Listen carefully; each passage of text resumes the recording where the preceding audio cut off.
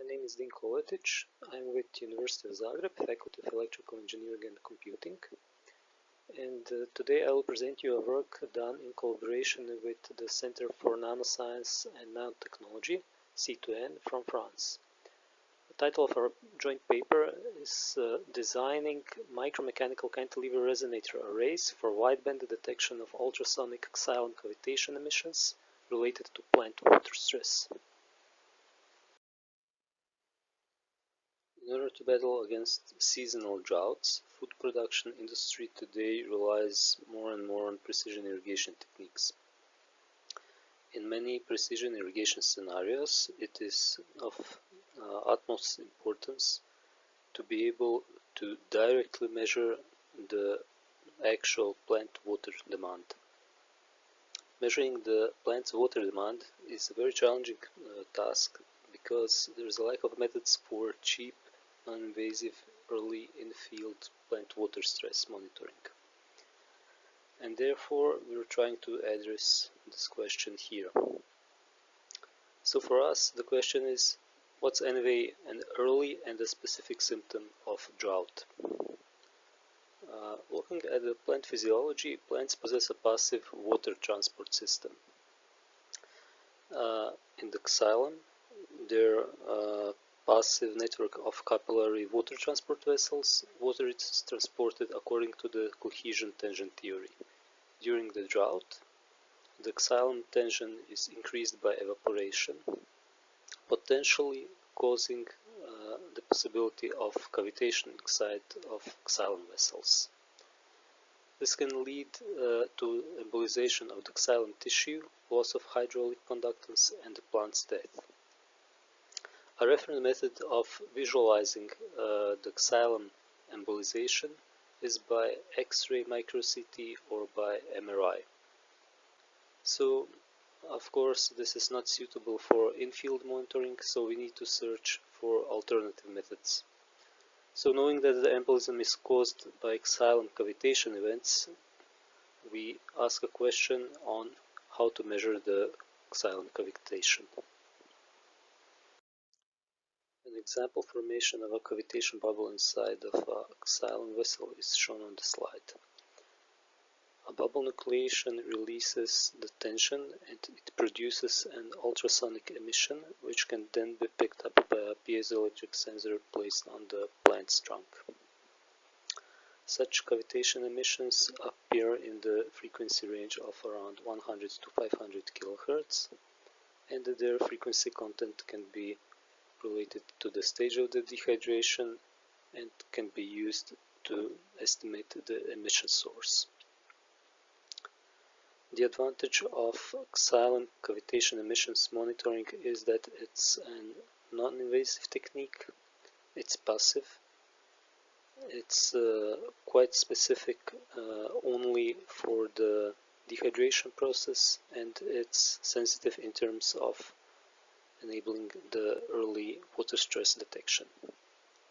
However, designing the supporting hardware for embedded acquisition and analysis of cavitation emissions is a challenging task due to the actual dimensions of the hardware, due to the complexity of the involved signal processing, and most importantly due to the power requirements. As an example, the real-time acquisition of the 2 to 5 megasamples per second costs around milliwatts. Therefore, we search for ways of lowering power consumption for acquisition and processing of xylem emissions. In this context, we investigate using a passive micromechanical array of piezoelectric resonators for passive emission sorting in ultrasonic frequency region. Such mechanical filter would enable us designing a simple low-power microwatt digital readout electronic interface for counting emissions of different frequencies. So in this work, we focus on designing arrays of cantilever beam resonators and using ALN, aluminum nitride, as a piezoelectric. The presentation outline is as follows. First, we'll start by showing our finite element modeling, simulating the cantilever beams geometries, and optimizing the piezoelectric electrodes geometry. Next, we'll show our device design, including the proposed microfabrication process and our masks plan. Finally, we'll show our work in progress on experimental prototyping, including the fabrication of the mechanical resonators and verification of their resonance frequencies. Finally, we conclude. So let's start with the modeling of piezoelectric cantilever beam resonators. Finite element modeling was performed in ANSYS. First, model analysis was conducted, exploring the design space of the fundamental and of the second out-of-plane resonance mode. For technological reasons, we focused on 10 micrometer soy wafers. So for 10 micrometer beam thicknesses, beam lengths were found which cover the fundamental resonance frequencies ranging from 100 to 500 kHz. They were in the order of magnitude between 160 and 300 micrometers.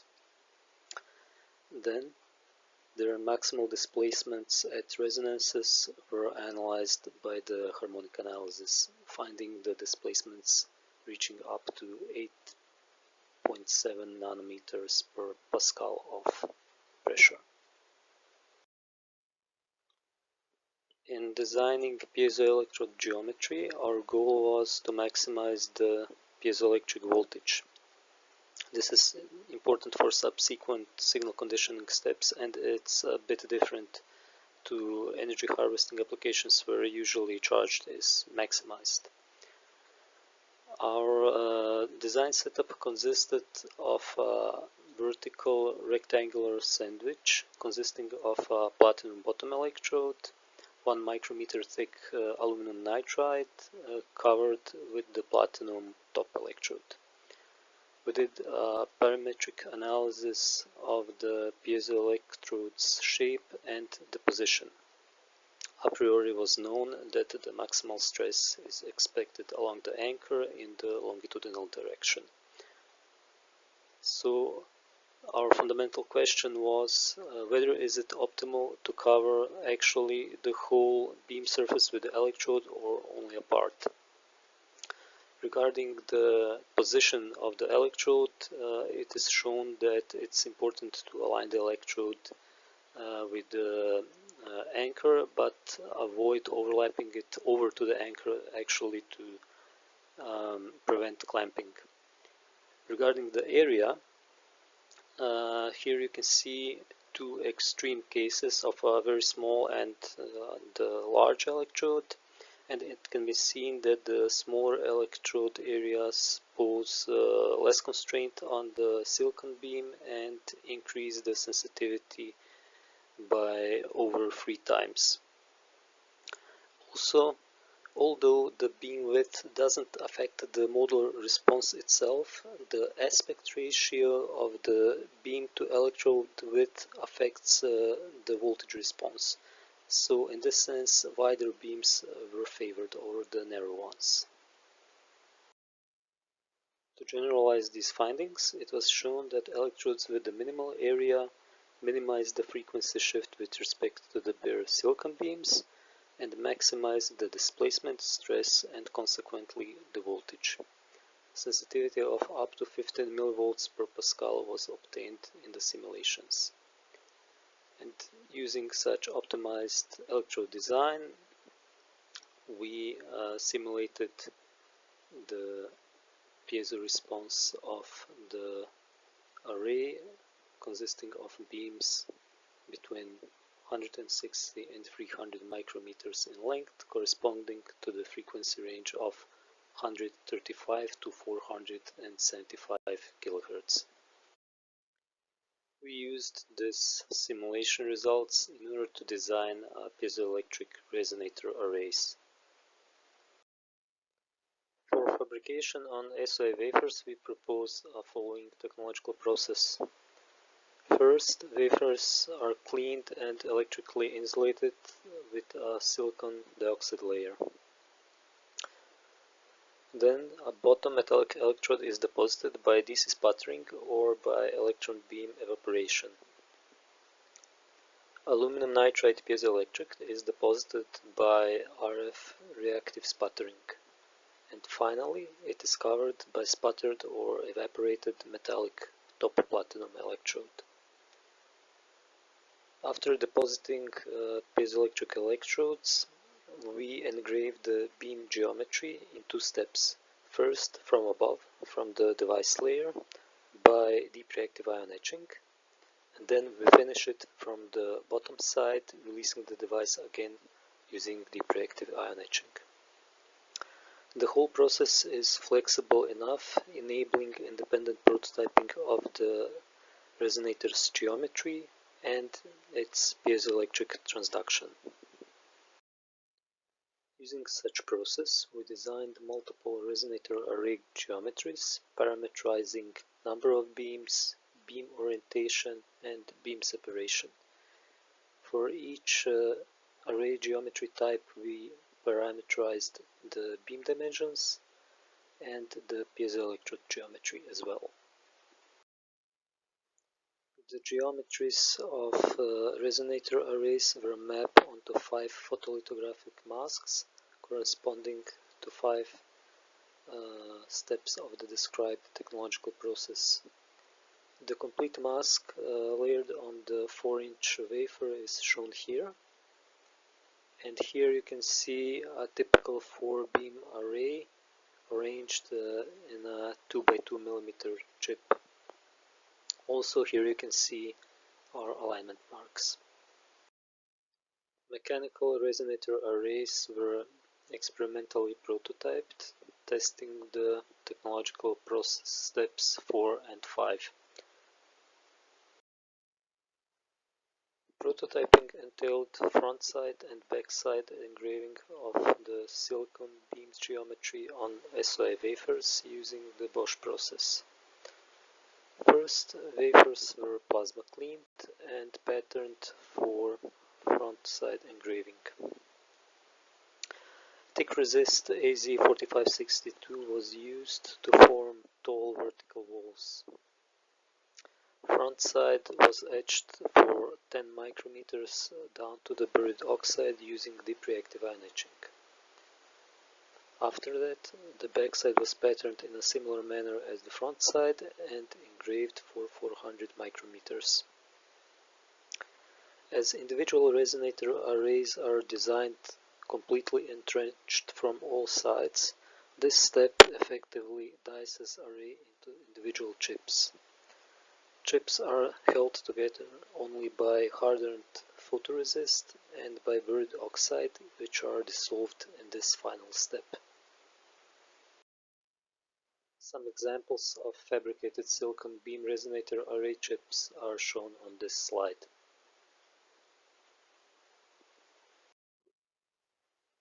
Resonance frequencies of their fundamental mode of out-of-plane oscillations were measured by optical vibrometry.